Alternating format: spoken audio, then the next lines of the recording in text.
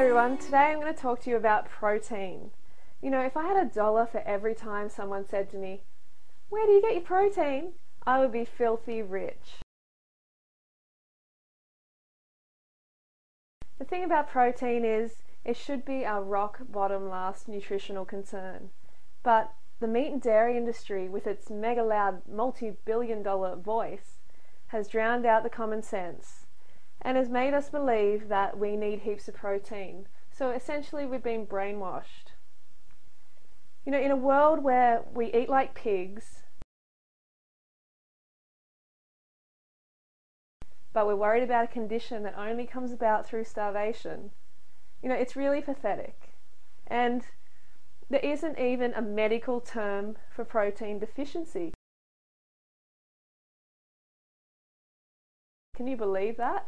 You know, kwashiorkor and marasmus are both caloric deficiencies, so they're not protein deficiencies. You know, like when you starve yourself, heaps of deficiencies are going to come about, of course. Protein is made up of amino acids, the building blocks of the body. There are 20 amino acids, 8 of them which are essential, meaning we have to get them from the food. We can't create them ourselves in our body. We also recycle between 100 and 300 grams of protein a day. So we get a lot from our own bodies, you know, from used digestive enzymes. So our nutritional needs for protein are very small, and they've been blown out of proportion.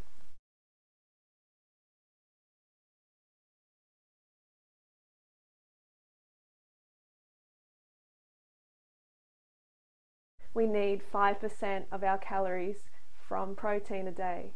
And that figure came about in 1974 when the World Health Organization discovered that study after study was pointing towards us only needing 2.5% of our calories from protein. So the WHO, World Health Organization, decided, oh, let's just be safe and double that requirement to 5%.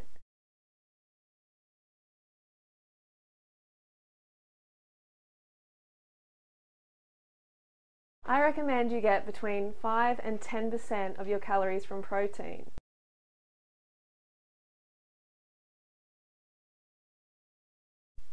And this is very easily achieved if we just eat fruit all day. So say we ate watermelon for breakfast, bananas for lunch, and dates for dinner. We're going to get 5% or more, easily. So there's no need to worry about getting enough on a raw vegan lifestyle or even a vegan lifestyle.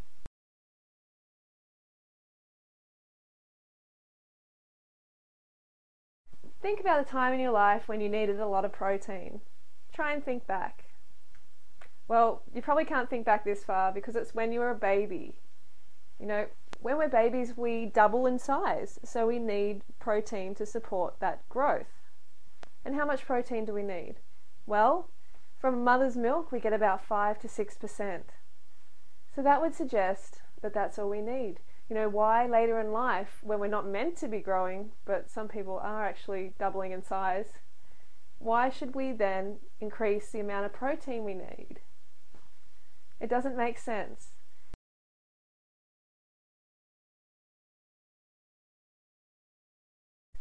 Say you're constructing a house, and at the start of the construction you need a lot of raw materials, you need a lot of bricks to build the house.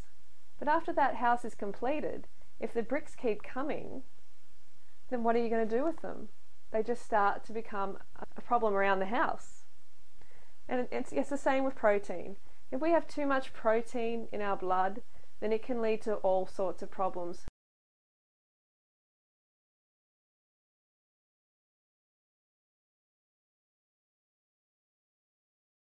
We must remember that protein is made up of amino acids. So the word of focus here is acids. One particular amino acid is methionine, which is a sulfur-containing amino acid, which does break down into sulfuric acid in the blood. And this can deliver a dangerously high level of acid into the body. Not a good thing. And this is one of the reasons I avoid animal products, because they are the highest in this amino acid, the sulfur containing amino acid. So next time you reach for the meat and dairy, please think about your bones, because what happens is your bones and your teeth are drawn on for their alkaline materials such as calcium. So your body draws from your bones and your teeth to neutralize that acid in your body.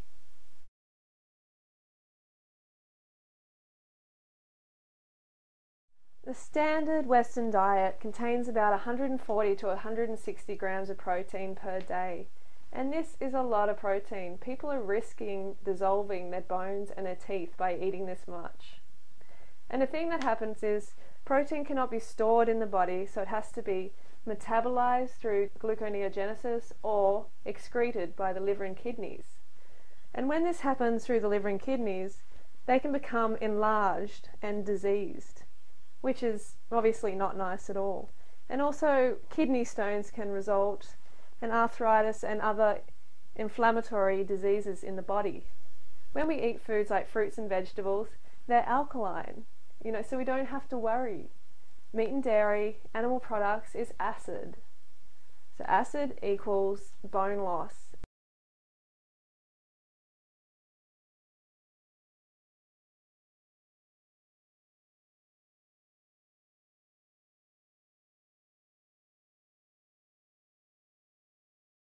There's enough protein in plants to build the largest animals on earth, like cows and hippopotamuses and horses, elephants, giraffes. They all get enough protein. So it's got to be easy to build a human, isn't it, on plant foods? Oh, but bodybuilders need more protein. They've got to have more protein. Well, this actually has not been proven to be the case at all. Of course they need more calories because they're burning more calories. And they also need to support proper muscle rejuvenation and regeneration through eating enough carbohydrate calories. So if a bodybuilder gets sufficient calories just from fruit, they can build muscle. I just eat fruits and vegetables, and I don't have a problem with building muscle.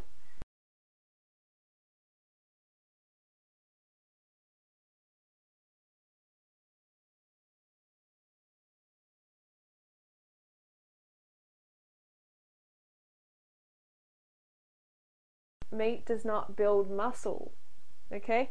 Training builds muscle.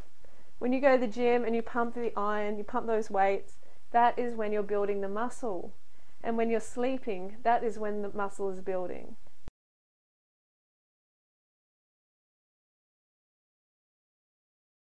There is no data available to suggest that people need extra protein when they do extra activity like bodybuilding. Of course they need extra calories, but not extra protein.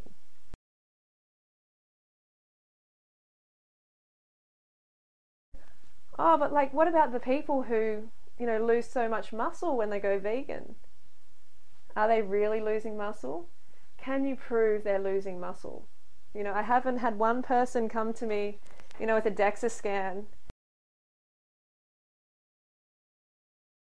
and say, look, Freely, here's results. Before vegan, I had this much muscle mass, and after vegan, I had this much muscle mass. Okay, it's possible if the person undereats on calories because they lose their motivation to exercise. They begin exercising less, and of course their muscles start to atrophy. It's just natural. You don't use your muscles, you're going to lose them. Everyone knows that. So you need to eat enough calories to support the motivation to exercise. So that's number one.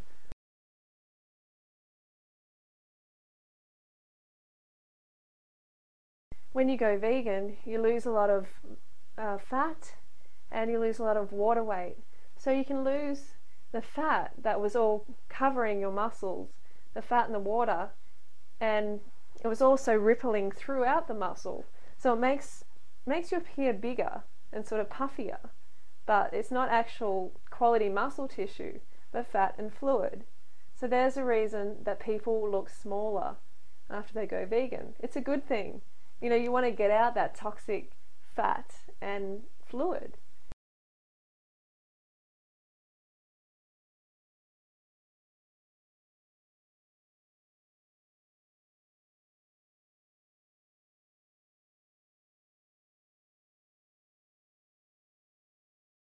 So basically the take home is ignore the meat and dairy industry recommendations.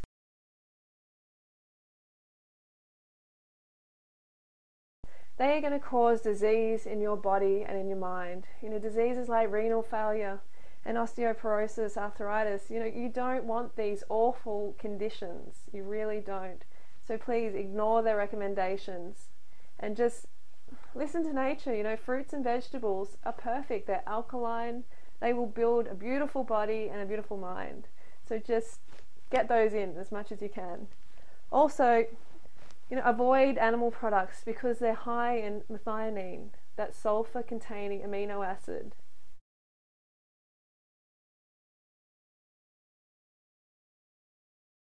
I recommend you eat around 5 to 10% of your daily calories from protein and from fruits and vegetables. So essentially a low-fat raw vegan lifestyle or a low-fat cooked vegan lifestyle. Just remember, get those carbs in.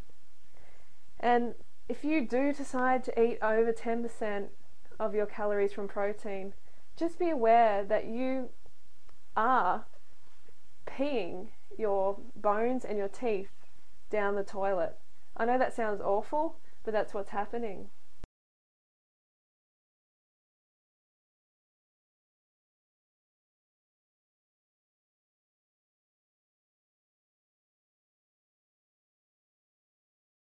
You may as well just say goodbye to your bones and your teeth.